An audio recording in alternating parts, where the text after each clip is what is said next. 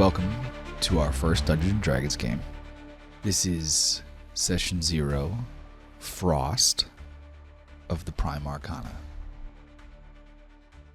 Welcome to the world of Zor'izon, specifically a continent known as the Fairlands. Many tales on this story have already been told, while even more remain unknown, seen only by the eyes of the gods. This tale, in particular, is a story about what it truly means to be cold. We find ourselves now in the Southeastern region of the Fairlands, otherwise known for the last 2,221 years as the Scourge Garden. 14 days ago, the biting wind of the Scourge Garden howled across the mountainous expanse, whipping up flurries of snow that danced in the air like drunken fairies.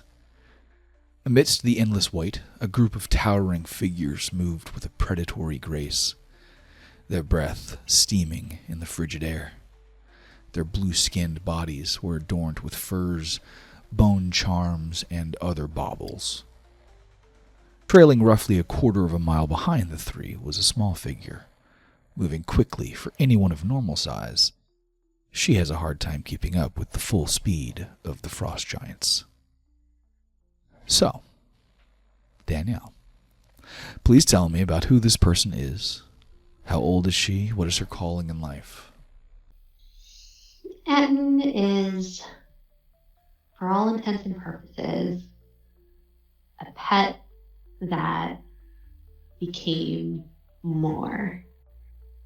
So she was found and adopted by some Frost Giants as they were pillaging a village when she was just basically a kitten.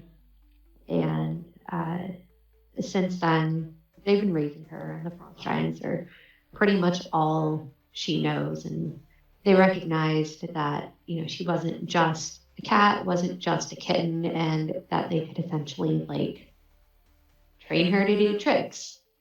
But, through that, they've been basically training her to be also a Frost Giant. And she's been with them long enough now where she wants to prove that she's just more than a pet.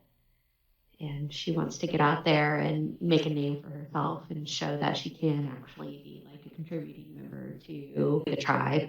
She's been trying to show her usefulness, and while her family owners sees it, she's trying to integrate herself in with the actual leaders of the tribe. The man leading the group ahead of Katja, the man she sees as a surrogate father, otherwise best called master, is Varg Ice Star. His heavy boots crunch through the snow as he comes to a halt, raising a hand to signal the others to stop. His sharp, ice-blue eyes scan the horizon, narrowing as he catches sight of subtle movement beneath the snow at the bottom of a frozen ravine. "Ragnus, take them to the left." Varg's voice was a low growl, authoritative and steady. His daughter, a lean and agile frost giantess, in her late teens, yet still massive, immediately obeyed, moving with the silent confidence of a predator. One more teenage frost giant, barely out of his adolescent years, though still bearded, fanned out to the right. As you get closer, you feel the ground beneath your feet rumble, a deep, resonant sound that vibrates up through your bones. Varg's heart pounds in his chest, not with fear, but with raw, exhilarating anticipation of the hunt. You've all been tracking a frost salamander for days, following its destructive path through the tundra. Jarl Galorum said the storm giants wanted it dead. So dead it will be. Roll an athletics check for me. Oh yeah. Okay. You push yourself hard through the snow and finally catch up to the towering figures just as they reach the edge of the frozen ravine. "Remember, Varg's voice was barely above a whisper now. It can sense our warmth. Stay out of its reach. And don't fire unless you're ready for the worst it's got to give. Yes? Like Ragnus and the boy both nod. She's just as much part of the hunt as the other two are. The ground heaves suddenly as a massive form bursts forth from beneath the snow with a roar that splits your delicate eardrums.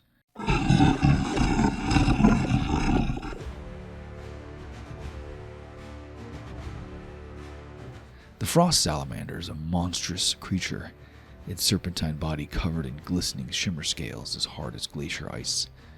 Its 6 legs dig into the ice to anchor its massive form as it rears up, exhaling a breath that crystallizes the very air in front of it. Roll initiative. We're going to pop over to... what we got here? You got a 4. Okay. So I am going last. Yeah, I'm last. Highest for D&D is best, right? It's been a minute since for 5e, right? So Bjorn would go first. I got a nat 20. I got a nat 1. Got a critical fail. I don't know what the frost salamander rolled. All right, where are you at, motherfucker? So 17. it's Bjorn, Barb, Salamander, Ragnus, and then me. How old is ETTIN? She was probably about 3 when she found Kitty and wanted to take her home. Mm-hmm. Okay. So Kitty's probably like 16. Okay. You go ahead and place her where you would like her to be before we start. Okay. And she would probably place herself in between. Okay. All right. So, as the frost salamander bursts out of this frozen ravine here, Bjorn is going to... let's see what he's got. What can he even do? Bjorn has a sword and chains, so he's going to use his first movement to go ahead and hook his chains onto the side of this rock wall and go ahead and descend down to the bottom. And I would say with his second movement, he's going to basically sprint towards the frost salamander and get to about here. And that's about all he can do while you see him, the second he, whips the fucking hook through the air and it, stabs into the, granite of the rock wall, he's just and, goes, swinging down like a fucking madman and, skids across the ice into an immediate run with, his sword up above his head as he's, charging and screaming. And to your left, that would be Varg, is his next turn. Varg is absolutely not an amateur. So he's going to go ahead and fucking rage immediately. Pop that shit out. So on your turn, you can enter a rage as a bonus action. While raging, you gain the following benefits if you aren't wearing any heavy armor, which he's not. So he's got an advantage on his strength checks and strength saving throws. When he makes a melee attack using his strength, which he will be using, he's got +2 damage for the roll. He has resistance to bludgeoning, piercing, and slashing damage, and the rage lasts for 1 minute. I'd like to point out each round is 8 seconds. So 1 minute is essentially 8, 16, 24, 32, 40, 48, 54. So 8 rounds. He's then going to use his reckless attack to leap off the ravine through the air, soar down to come down and attack on the frost salamander. He literally just leaps off the fucking thing, comes crashing down right in front of Bjorn. Bjorn hasn't even made it yet. Totally makes Bjorn look like a fucking amateur. A 27. 20 slashing +6 fire. Okay. And that is going to be, because of his rage, 28 damage. What has this thing got? It has... let me pull its thing up. Oh, yeah. It's still rolling. Okay. So that's his turn. It is now the salamander. The salamander is going to immediately attack Varg because it's sitting right on top of. He's sitting right on top of it with a bite. 16 doesn't hit that. Well, I don't know. Let me see. His armor class is 16, so it does not. It does. Oh, it does? Meter If beat. it's the same? Meter beat. Okay. So then that's going to be 24. That's going to be 33 damage on Varg. Varg's good to go. Varg is good to go. He started with 153, so 33, so he's down to 120. Okay. It's Ragnus's turn. Ragnus, seeing that her father has just been bitten by this fucking frost giant, she screams at the top of her lungs. What has she got? She just immediately starts firing arrows from her longbow. Just 21. It has a 17 armor class, so she very much hits. You don't have any armor on. No, that's right. But, why do I not have the armor on? I should have gotten armor with. Barbarians aren't really armor people. Ragnus and Varg are both rocking natural armor right now. They don't have armor on. Okay, so she does 13 piercing with her... 15 piercing on that, so that drops it down to 112 hit points, and it is now your turn. Okay. She is going to go ahead and, let's see, that's 5, 10, 15, 20-ish feet to get down. Yes, each of those is a 5 foot. All right, so she's going to go ahead and she's going to do a cool little cat drop down. And I should probably roll athletics or acrobatics for that. Which one would you want? You can roll either one of those. Okay. Yeah, you can roll either one of those. All right, we'll go with... Well, that's a 9. Do I make it all the way down, or do I get caught up in the rocks at the bottom, and that's where my movement stops? I would say you definitely... Go ahead and describe how... So, you didn't use a hook or anything like Bjorn, or hook and chains. So, this was just her claws, essentially? I mean, she was just doing a cat jump down, a little leap. So she misjudged how deep the snow was. So she does a cat jump down and then literally just drops entirely into a snow pile and pops her little fucking cat head up and looks around and her eyes and her ears can basically look outside of the snow, but that's it. You got to climb out of the little snow pile. Okay. So she'll use the rest of her turn to climb out of the little snow pile, and her movement will stop there as well as her turn. Okay. So at that point, Bjorn gets up to the Frost Salamander and swings his sword to help Varg. And we'll go ahead and drop him in with a sword attack. That is going to... Damn, this guy! What the hell? That's his second nat 20. Alright. So, 15 damage. Alright. I'm kind of happy that I rolled the first nat 20 of the game, just saying. Yeah, whatever. Okay, cool. Just saying, as the DM, it makes me feel good. It is now... so, how are we doing the extra damage for a nat 20? Is it just everything doubled, or... You know what? I had forgotten that was a thing. All right, so yeah, I think it's going to be double damage. I mean, that's how I did it when I was a DM when I was a kid. So nat 20 is a double damage. So everything doubled. Cool. Fuck it. Let's just... I mean, it. You're not rolling 20s every turn. I mean, you might get them every now and then, and it's oh yeah. So when I played it back in the day, second edition, 20 was double damage. So 19, it was damage and a half, and then 20, it was double damage. Oh. So, because I never felt I know that people are 19's crit, and I'm I agree, but 20's sacred to me. So that would be 30 damage. So then that drops that thing down to fucking 83 hit points. Bjorn can hold his shit, apparently. All right, so Varg is now going to attack with, what has he got special?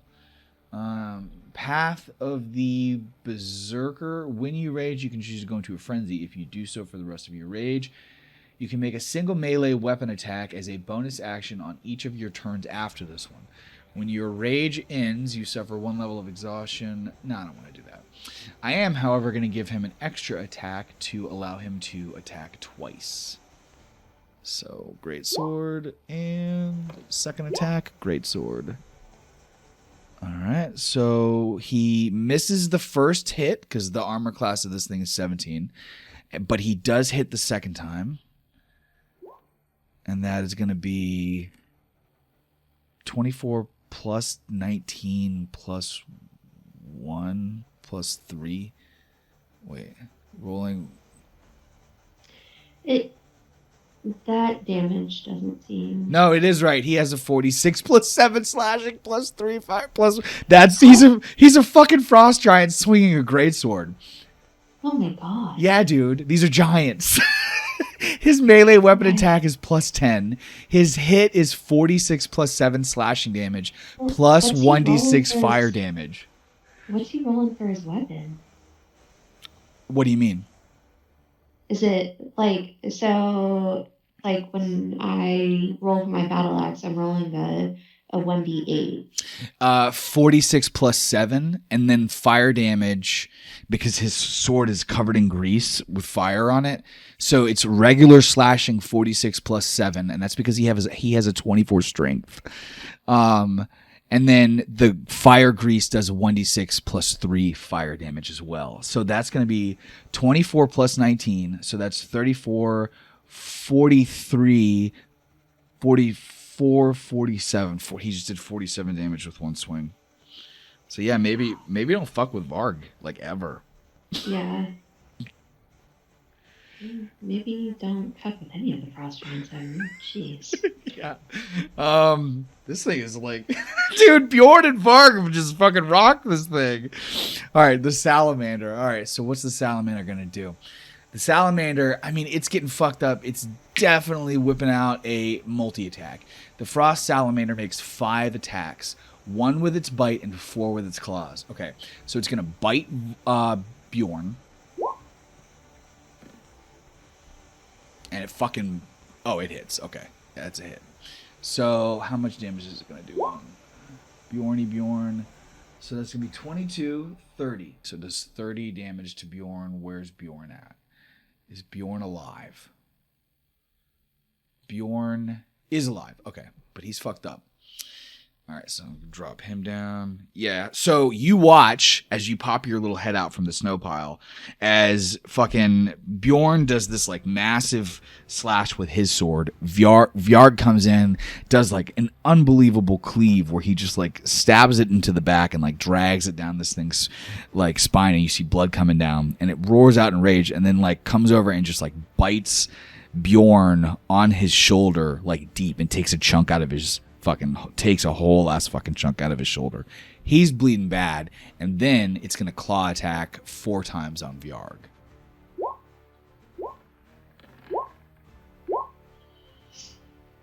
So Varg has a 16, so that's a hit, that's a hit, that's a hit, that's a hit. So we got 1, 2, 3, 4. So we got 15... 31, 32, 47, 48, 51, 67 damage to Varg.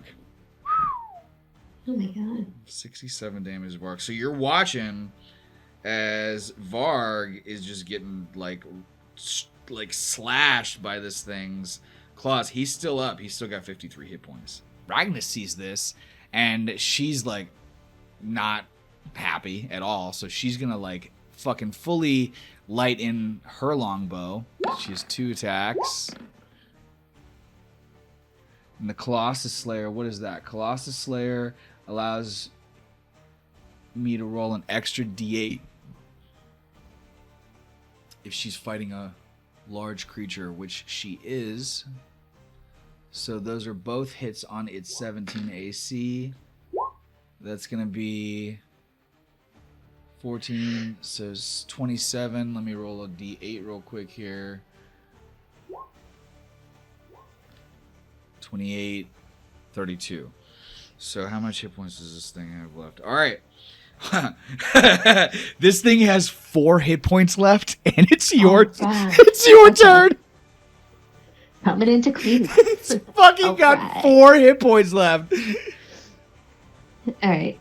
So Etten, seeing Bjorn getting all fucking mauled, she's gonna go ahead and go into a range. I guess I would have to hit that too. So we'll take 1 down on the rage counter, and then she is going to 5, 10, 15. She's going to move up to flank, giving them all. Hell yeah. And she's going to swing with her fucking two-handed. She's going to swing with her battle axe with 2 hands. Okay. To get that extra damage. That's a fucking hit. 19. That's a hit. 8, 9, 10. Go ahead and describe how Etten kills the frost salamander. So as this thing has its back turned, like clawing into Varg, she comes in, and just like as she's sliding in, like with her rage, she just fucking brings it down over its head and cleaves it clear off. Oh my god. And like instantly, like the head just like slumps down onto the frozen ice and like skids, and like you watch as like the eyes of this frost salamander are like still like chaotically like kind of like looking out at you. And it skids between like the bloody, like clawed up, bitten bodies of Bjorn and Varg, and like they both look down at it and then look up at each other and then look over at you. And Bjorn like just grabs his belly and like doubles over and like starts laughing like through the pain of his like wounded arm. And Varg, typical to his regular personality, which is very stoic, just kind of like looks at you and then like looks up at Ragnas and like waves her down. And he goes, bring me the poultices. And, like she just like slides down the ravine and like comes over. And as you're like cleaning off the blood from your axe, she kind of like passes by you and like leans down because she's, you know, much taller than you, and she goes, good job.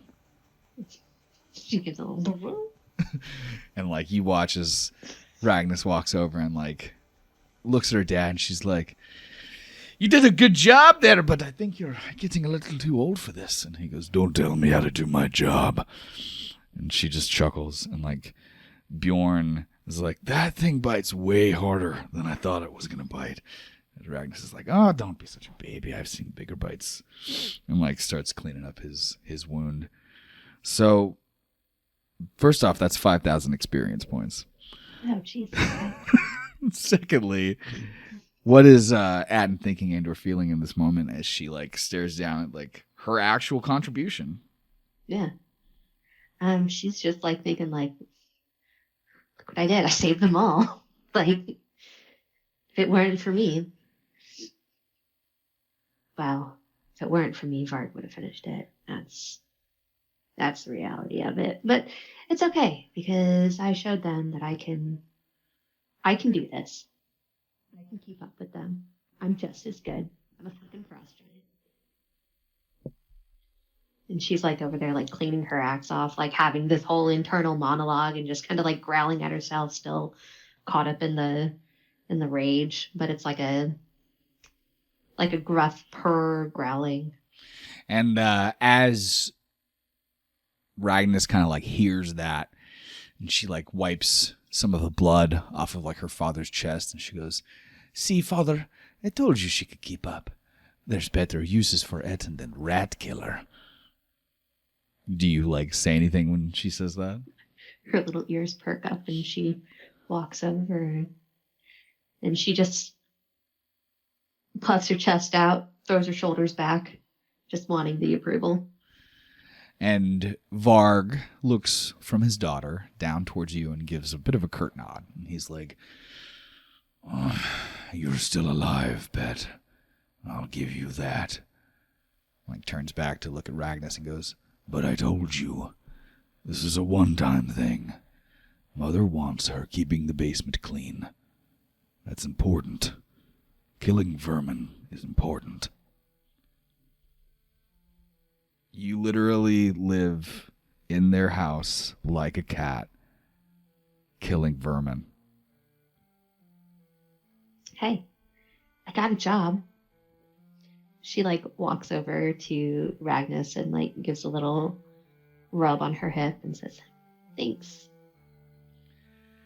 And he's like, he actually doesn't respond to her because Ragnas is like, oh, please, Father, Ettin's more than a glorified broomstick. You know that.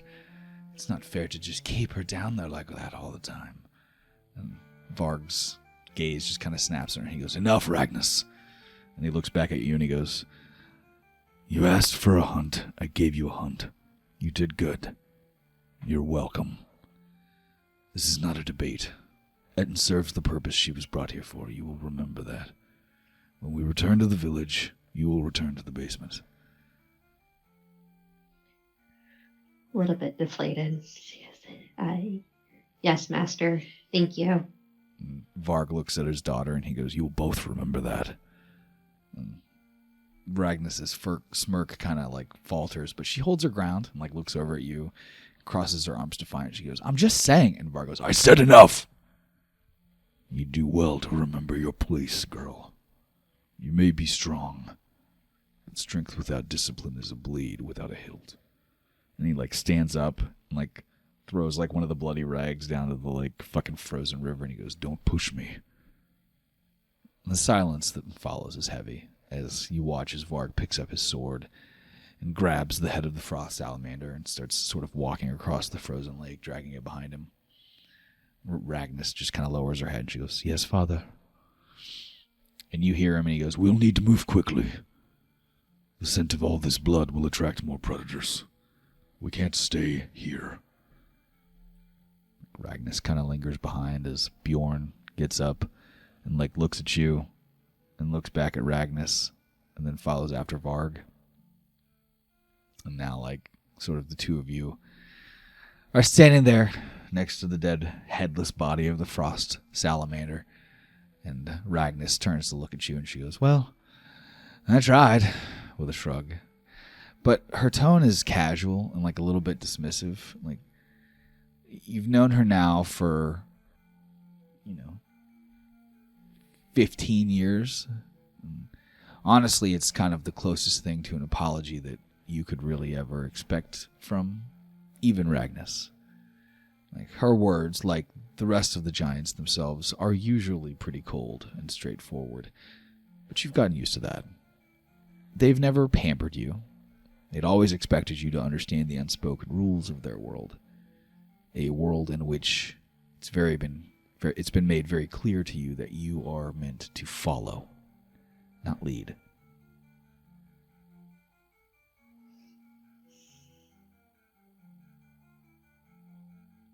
They walk in silence for a while. The crunch of snow underfoot, the only sound between them. Ragnus's gaze is fixed ahead where Varg and Bjorn are already fading into the distance up the hillside. When she finally speaks again, her voice is quieter, as if sharing a secret that only the icy winds would hear. You did better than I thought you would, she admitted. But I think he's right. I wouldn't get used to this. I have a feeling Mother isn't going to budge on her opinion. And there's no malice in her words, just the simple, unvarnished truth. Ragnas sees you as you are, a family pet. Useful and even impressive at times, but never an equal. So, what is Ettin thinking and or feeling in this moment? That she wants to prove that she's not just a pet, that she can do more than just kill rats. She does it. She does her job, and she does it exceptionally well. Just all in the hopes to gain their attention and to and to get their approval and to, if she puts in enough hard work, they'll give her more. I can do this. I want more. I can help. And Ragnis kind of like looks down at you and she goes, if you really want to prove your place with the tribe, it's going to take more than just tagging along on a hunt. A rat can follow the scent of blood, but it doesn't make it a wolf. You've got to do something bigger, Etty. Something that makes them see you as more. Hunts like this? She kind of like gestures dismissively. I told you before we came out here that this isn't going to cut it, but you didn't want to hear it. You wanted to go on a hunt. You need to face something real, something that puts you in the same league as us, and you have to do that alone. Her eyes kind of like lock onto yours with a seriousness that is usually there, but not usually reserved for you. She goes, you know you're always going to be my little fluffer muffin, but you're going to have to find a way to prove yourself, ETTIN. I can't keep protecting you for much longer. Got to figure out how to do something no one else can do. Something that'll make them stop calling you pet and start calling you something else. Otherwise, she kind of like lets the thought trail off, but the implication is clear. Otherwise, you'll always be trailing behind. You'll always be chasing something that you're never going to get. Ragnis kind of picks up her pace, the conversation clearly already over in her mind. Come on, we don't want to fall too far behind. Without waiting for you to say anything, because you're a pet, not a friend. She surges ahead after her father and Bjorn, her long strides carrying her swiftly through the snow back home.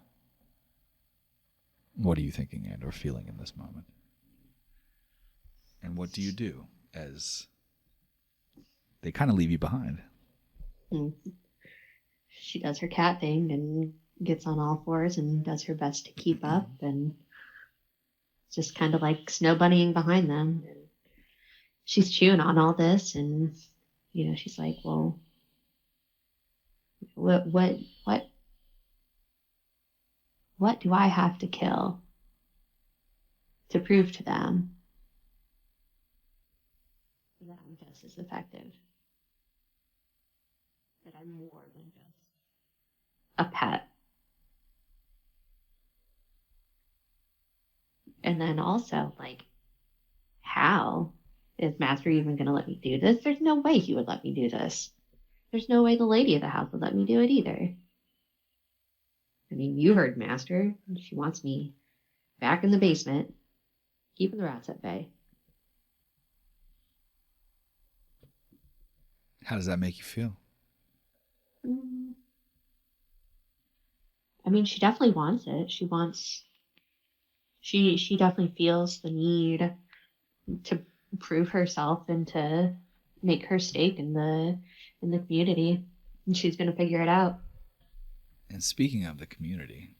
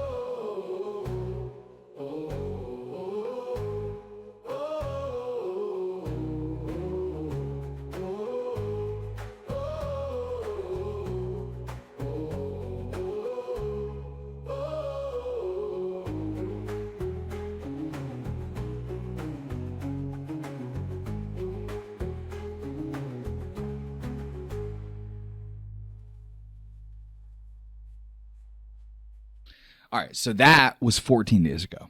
This was 12 days ago. The Blue Mug was a raucous haven of rough-hewn wood, flickering torchlight, and the smell of mead strong enough to knock out a wild buffalo. The longhouse's walls were adorned with trophies from countless battles, torn banners, broken weapons, and the skulls of great beasts hunted in the frozen wastes. The reavers of Rimethorp gathered here after every successful raid, their laughter booming as they recounted their exploits over mugs of mead that never seemed to empty. Varg Icestar sat at the head of one of these long tables, his great mug lifted high. As he finished the tale, the words rolling off his tongue like the roars of the beast that you had slain. And there it was, lands. The frost salamander laid low at our feet. Its cursed breath nothing more than the last gasp of a dying demon. He slammed his mug down on the table, and the other frost giant reavers roared in approval, the sound pouring through the hall like thunder. Sitting just outside, wedged between two large barrels of barley, ETTIN had hidden herself underneath an open window to have her own celebration. The owner of the blue mug, Newt, had never allowed her inside, and always raised a fuss whenever Ragnus or Varg had tried to sneak her in, always screaming about allergies and something called dandruff. So now, in the shadows, up against the outer wall of the tavern in the cold, snowy mud, ETTIN sat on the ground in the shadows, beside a large bowl of mead and a metal plate with a hunk of meat and bread that Varg had left on the windowsill for her. She's right there with him. I mean, even though she's physically separate, she's just kicked back, drinking her mead and enjoying the celebration. And within the building, Varg continues, but it wasn't just my blade that found its mark, no. Ragnus was there as well. My daughter, a true warrior in the making. She struck the beast just as true as me and Bjorn and any other seasoned reaver. And by the gods, she did her father proud. The room erupts in cheers and the clinking of mugs around blushing Ragnus. As Varg raises his drink once more. And I will not forget the strength of Bjorn Stonegrip, who fought like a bear, relentless and fierce. And the reavers cheered, raising their mugs to Bjorn's father, Elael, a burly giant with long, tangled beard who nodded in acknowledgement. Elael Stonegrip leaned forward, his voice booming over the din. Ah, Varg, I heard about your fight with the salamander. I'm sorry I wasn't there to see the beast fall. My boy told me you brought that little rat from your basement along for the ride to get her scratches in. From her seat at another long table, Ragnus responded, She's a cat, not a rat! Get your fucking words right. Elael turned to look back at her, but only smiled and winked. When he caught Varl's eye again, he said, Tell me, how did she fare truly? No better than she'd taste in a hearty vegetable stew is my bet. And a bunch of other fucking frost giants follow along with his laughter. Another reaver, Sven Brighthammer, chimes in, his voice dripping with mockery. Vermin in the city, Varg. That's a dangerous thing. We all got our share of pests, but inviting them to live out in the open, to join you on hunts,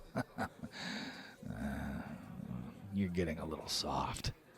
Might be time to let that little rat see the sharp end of a blade, huh? His words are followed by a few jeers, and one of the two of the giants begin to mutter about the wisdom of keeping such a creature among them. Before the talk can escalate, Varg's demeanor changes, and his previously jovial expression hardens into a mask of cold fury. He stands, towering over the table, his presence immediately silencing the room. His voice is a low growl, sharp as the winter's wind. Watch your tongue, Sven. You speak of pests, but I see none in my home, in my hall. Can you say the same? Or do you still sleep with one eye open lest the rats that infest your bed gnaw your throat? And the hall falls deathly silent and all eyes on Varg. Sven's bravado kind of falters as his grin slips, and Varg looks around the room at all the other reavers and goes, I keep my house clean. No rats, no bugs. I've no fear of what lurks in the shadows. Can you say the same, Leyen? His gaze turns towards Bjorn's father. Or does the stench from your hearth still drive the vermin away? Maybe that's why you weren't at the hunt. You couldn't bear to leave your shit-smelling hovel. And at once, both Elaine and Sven burst into laughter and raised their glasses to cheer Varg, with Sven shouting, To your shit-smelling hovel! Ha ha ha! And how drunk is she, by the way? She's probably not super drunk. But she's kind of been waiting first to hear how she wants her part in the tale also of how she got the killing blow. So she's been kind of waiting for that, and then she was waiting to see what Varg would say about her. She's she's proud because yes, his house is rat free, and that's her doing. But she still wants more. She wants to prove herself not only for herself but also so Varg can continue being proud of her. Roll a perception for me. Oh yeah, okay, very much a success. The sound of the door creaks open and draws your attention, and naturally, like you've done since you were a kid, you shrank back further into the shadows, trying to make yourself as small as possible. The figure that steps out into the night was not one of the reavers. It's Ragnas. Without a word, she walks over to the barrels and kneels down, her expression softening as she reaches into the pouch at her waist and pulls out a chunk of berry pie. Thought you might be hungry for some sweets after all that salt. And holds it out towards you. She takes it. She goes, Thank you. Oh, don't thank me yet. I'm about to make your night a whole lot better. And she glances back at the longhouse door and leans in closer, and she goes, When I go back inside, I'm going to steal Elaine Stonecroup's mug and piss in it. I have to piss so bad. That'll show him. He's not even gonna know the difference. The shit he drinks at home is basically piss anyways. How are you doing? I want my moment, Ragnas. When are we going to get to the part of the story about me? When they're drunker, I'll bring it up. Okay? But yeah, right now, take the sweets and go somewhere else. Don't stand here and listen to all this. You don't need your moment. ETTIN. Fuck those old crows. They don't know what they're talking about. Especially Bjorn's father. His wife has been sleeping with 8 other reavers for the last decade. You shouldn't sit out here and listen to them. Yeah, but Ragnas, think of how much I can make them see that Master's right. That I'm worth keeping around. I can do it. I can make him proud. I can make them see. She just kind of looks back at you with a bit of sadness in her eyes, and she nods and she goes, I know.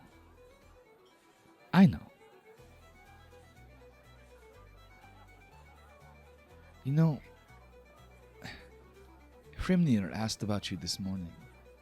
Mother and I went to visit him at the temple, and when I told him how well you did at the hunt, he was not surprised.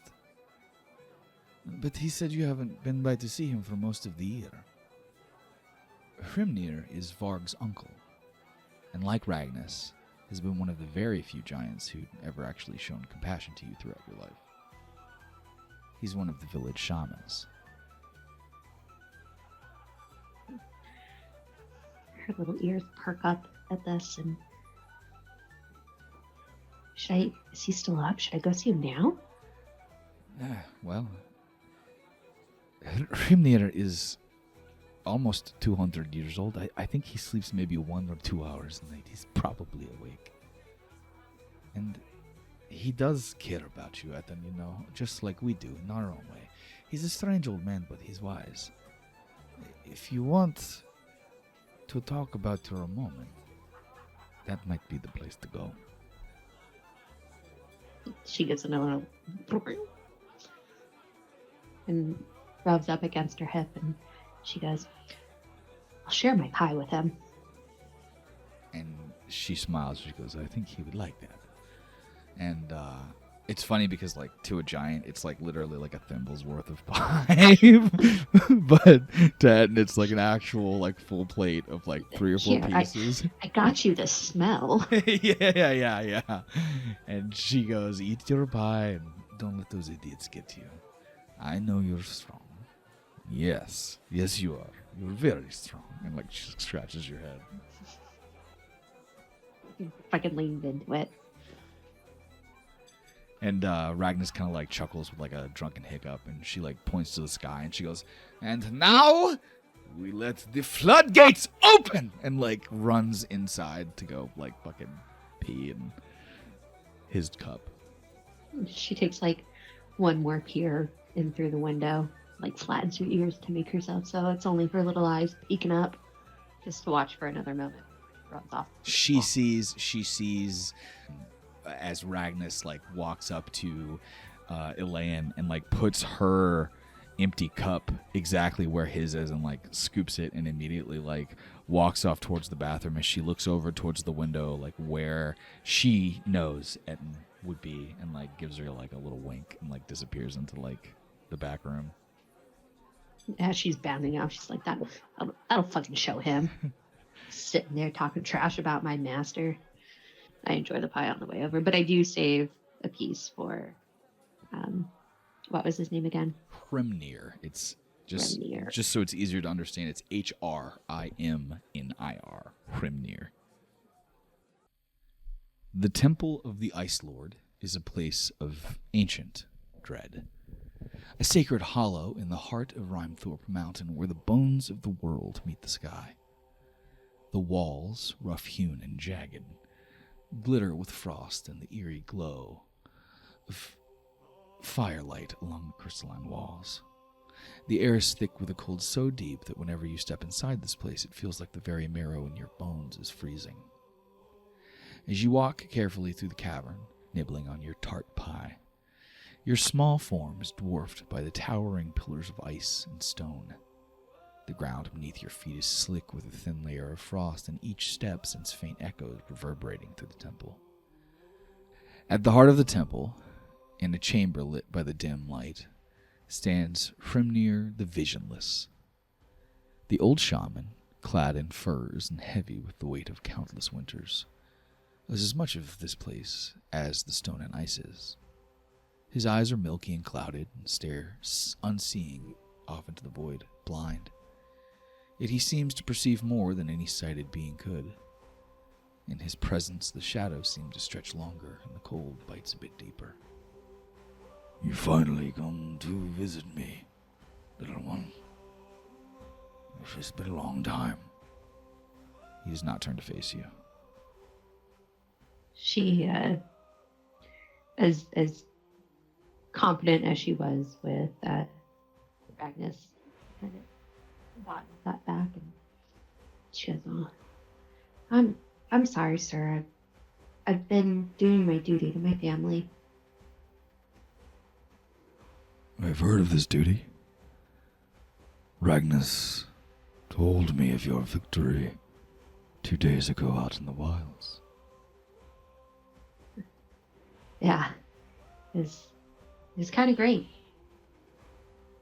And she goes, "Oh, I saved you a little bit of pie."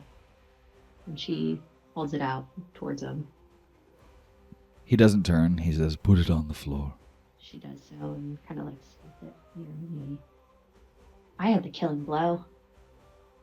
when she says that, he like kind of like turns his head to the side a little bit, where he's like kind of like sideways looking back at her over his shoulder, and he goes, "Tell me."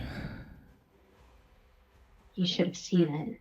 There we were, all dropping down from the edge of the cliff.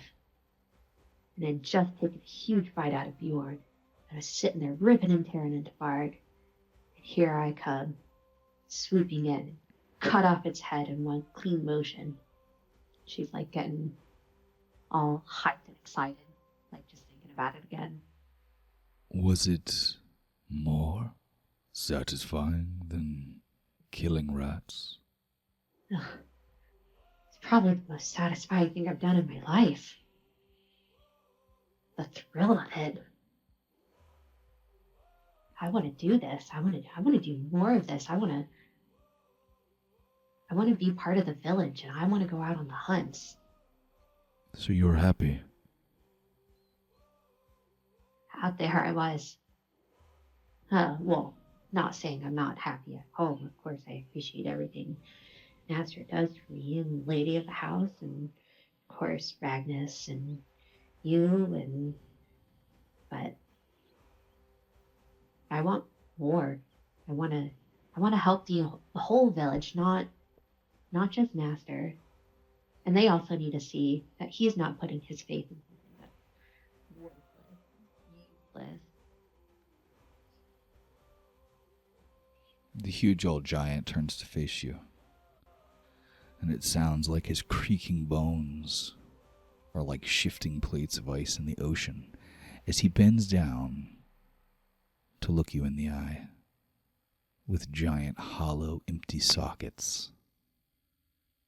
His huge head takes up your entire field of vision.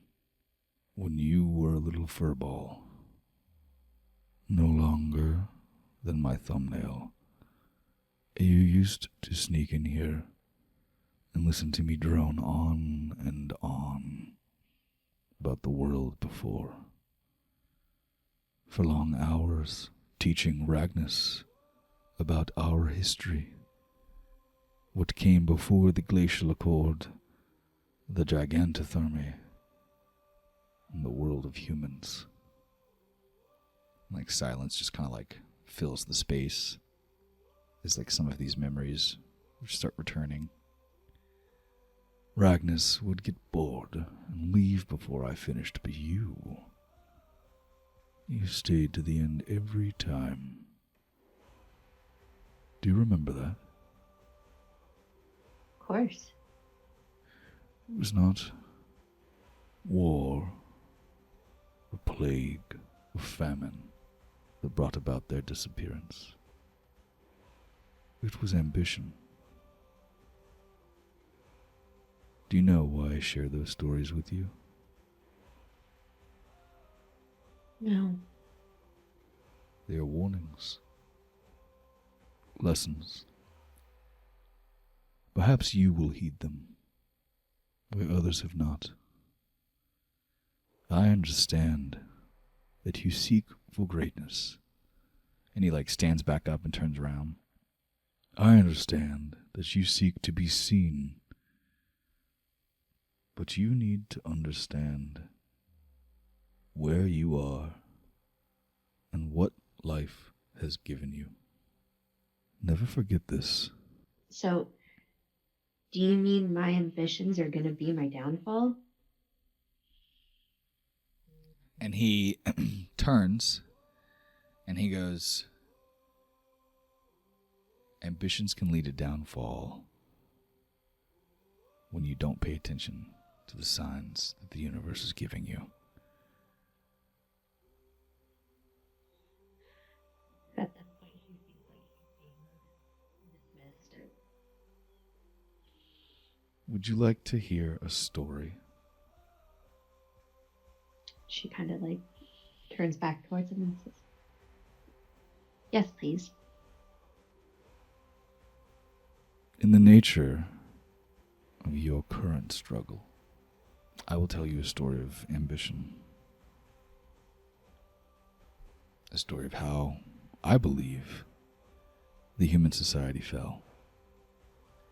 It was their hubris, of course. They sought to craft a heart, a clockwork heart, that would beat in time with the cosmos itself. With it, they believed they could transcend immortality, bind the world to their will, and wield powers meant only for the divine.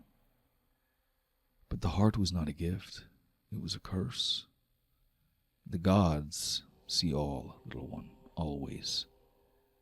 They watch as the humans pushed further and further, daring to tread where no mortals were meant to go, and in their arrogance they forgot the most ancient law of all. The greater does not suffer the lesser. Do you understand? I think I have to be more than what they are, or else they don't suffer me. So I have to show them. I have to be more. I have to show them I can do big things. And he turns around and looks at you and he goes, all big things come from small beginnings. And she's just gonna ponder that. Okay. 9 days ago.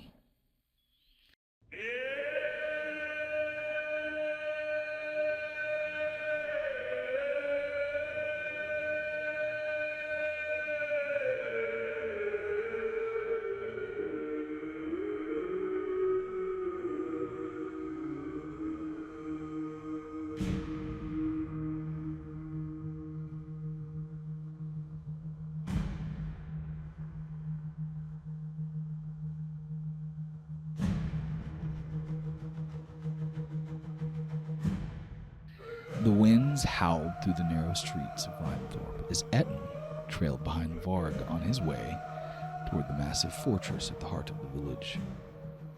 A summons for the pair of them had come without warning earlier that morning, when a message delivered the Jarl's command that Varg and ETTIN report to him immediately. There had been no explanation, but the urgency in the messenger's voice left little doubt that this was a matter of importance. You follow close behind Varg, your small form disappearing in and out of the shadow of the towering frost giant as he grumbles at you to keep up.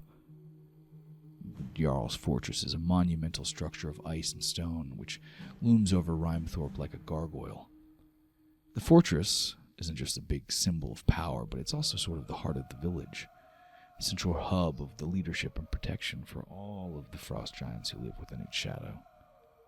High above, 2 young rocks circle the sky, their massive wings sliced through the frigid air. Each rock was mounted by a highly trained frost giant rider, whose eyes scanned the horizon for any sign of danger. Neither of the rocks were fully grown, but even in their youth, their talons were sharp enough to tear through the thickest hide, with beaks strong enough to crush bone. From their vantage point, they could see for miles around. As you near the gates, you hear hurried footsteps behind you and turn to see Ragnus catching up. "Father, wait!" Varg stopped, turning to face his daughter. "Ragnus, you can't come." Ragnus frowned. "But why not? I've earned my place. I deserve to know what's going on." This isn't about you, daughter," Varg replied. "The Jarl summoned me and ETTIN. That's all you need to know." Varg's eyes flickered to ETTIN, frustration evident. "But you'll stay here." There's nothing she can say that's going to make this any better. Yeah. She just she flattens her ears like when Varg gets sharp with her or with Ragnus. Okay. And she just kind of gives Ragnus a knowing look. And when she does that, Ragnus, it's very clear that, she hesitates, but it's clear that she's very torn between obeying her father and wanting to assert herself on your behalf, but she sighs and nods and she goes, "Fine, but I expect to be told what happens immediately." And Varg just kind of goes, "You will be. Now go home." And Ragnus casts one last glance at you, and you feel concern from her. But she turns and she walks back away, leaving you at the gates. And above you, Varg's deep voice rumbles, "Let's go. The Earl doesn't like to be kept waiting. And she hurries up. The great doors creak open before you, revealing the dark interior lit by the flickering glow of torches. The air inside is heavy with the scent of burning wood and cold stone, a familiar but imposing atmosphere. As you walk through the halls, the weight of the fortress seems to press down on you. There are decorations of trophies from past battles, shields, swords, and skulls of great beasts. At the far end, you step through a set of great double doors into a grand room. Seated on a throne carved from ice and stone is Jarl Galorum Bloodfist. The Jarl's presence was as imposing as the fortress itself, his eyes like chips of ice as they fix on you. Seated beside the Jarl, on either side, are his two sons, towering figures even by Frost Giant standards. The eldest, Thermir Bloodfist, is a spitting image of his father, with broad shoulders and a stern, unyielding expression. His long black beard is braided with silver rings, each one with a mark of a battle fought and won. Thermir is known for his strength and his strategic mind, often leading the Reavers on their most dangerous raids. His icy blue eyes scan the room with a calculating gaze, always measuring, always assessing. The younger son, Garmund Bloodfist, is equally imposing, though his demeanor is more intense, less restrained.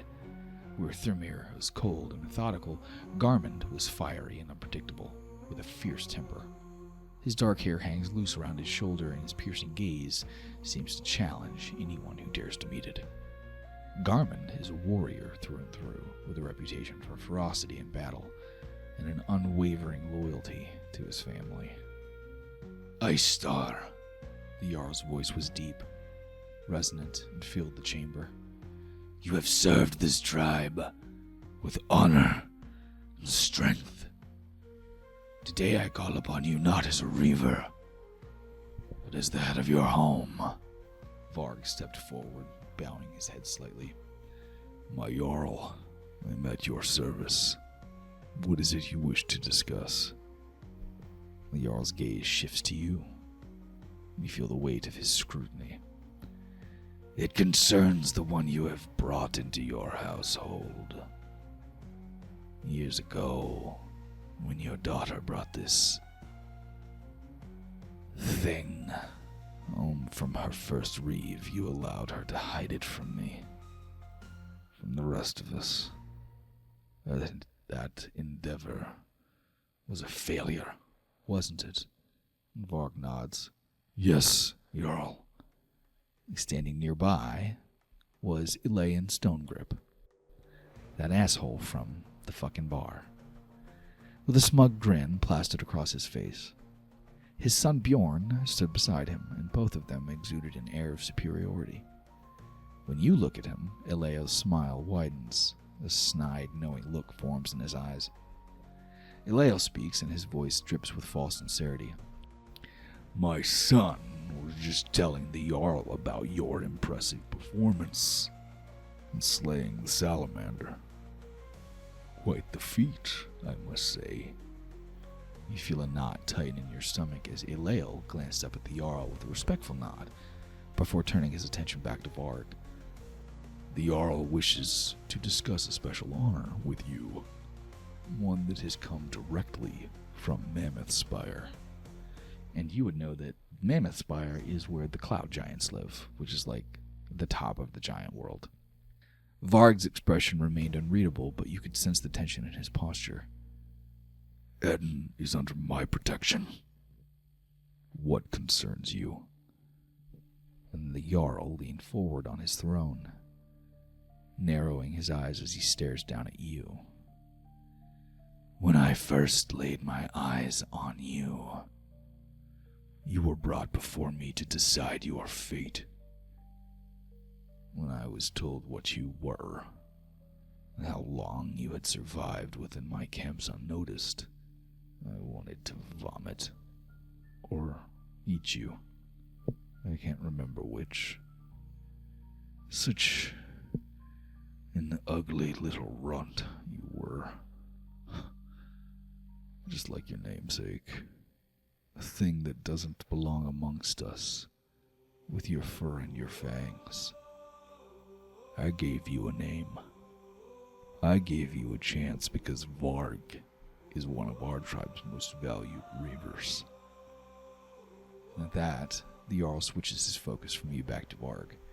I allowed you to keep this thing as a pet on the condition that it remained just that, within your home, out of sight. Yet here you are defying my orders to knowingly allow it to join you on a reef? I need to understand why. She can't believe that they're in this position right now, especially when she was the one that saved Bjorn. Like, that salamander was coming for him, and Fucking Bjorn, fucking bitch. If it weren't for her, Bjorn would have been dead. Yeah. Because it would have gone after him again. He had very little hit points left. He was already being a little bitch about his injuries. He was. And just like, the fuck? Varg meets the Jarl's gaze, and he goes, ETTIN is loyal, capable, and she has proven her worth in battle. Since she was small, I have trained her, and she has served my household well. If there are those who question her place, they should question me instead.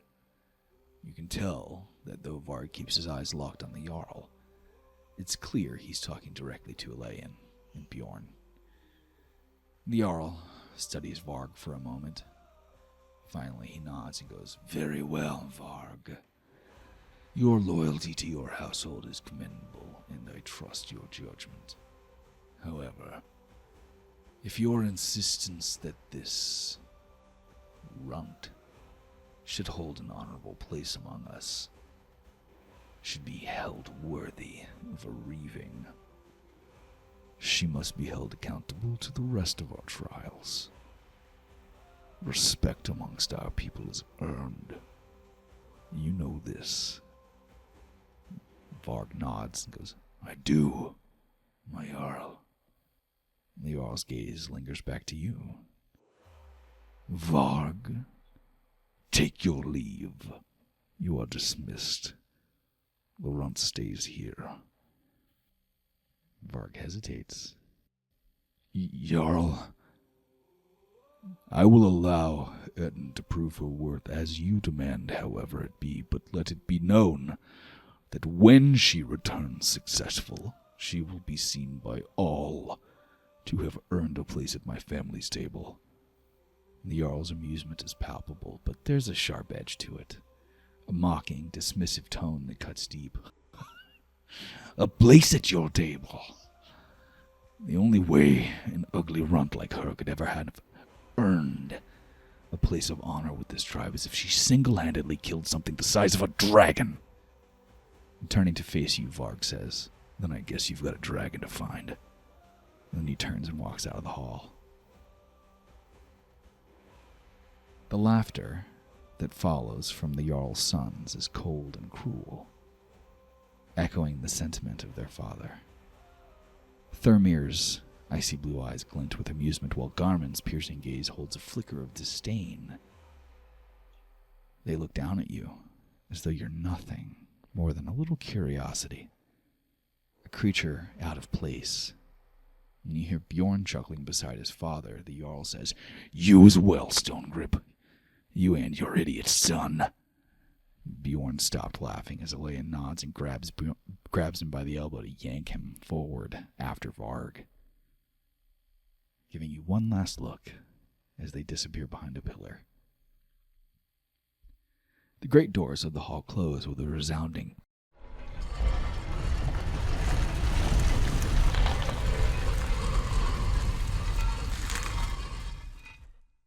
leaving you standing alone in the vast cold chamber before the king and his sons.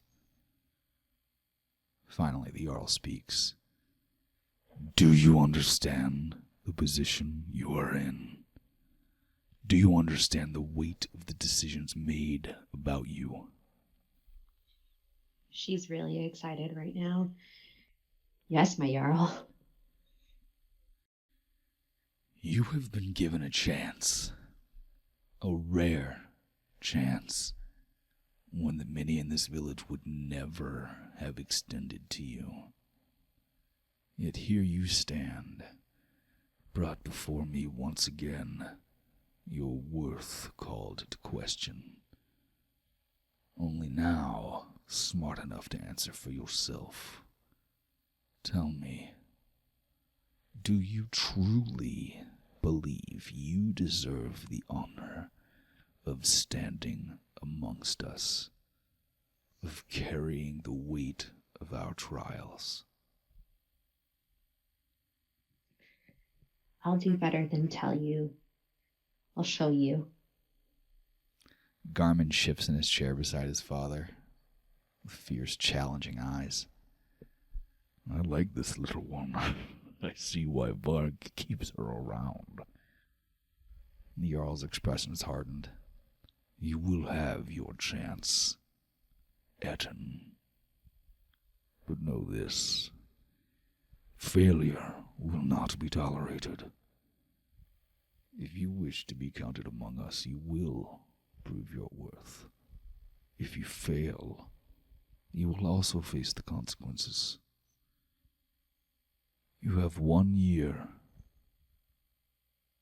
Return to this day and show that you have killed something twice the size of a giant. You do that, and I will let you into the gates. If you do not show up on that day, or you show up empty-handed, I will make Varg kill you himself.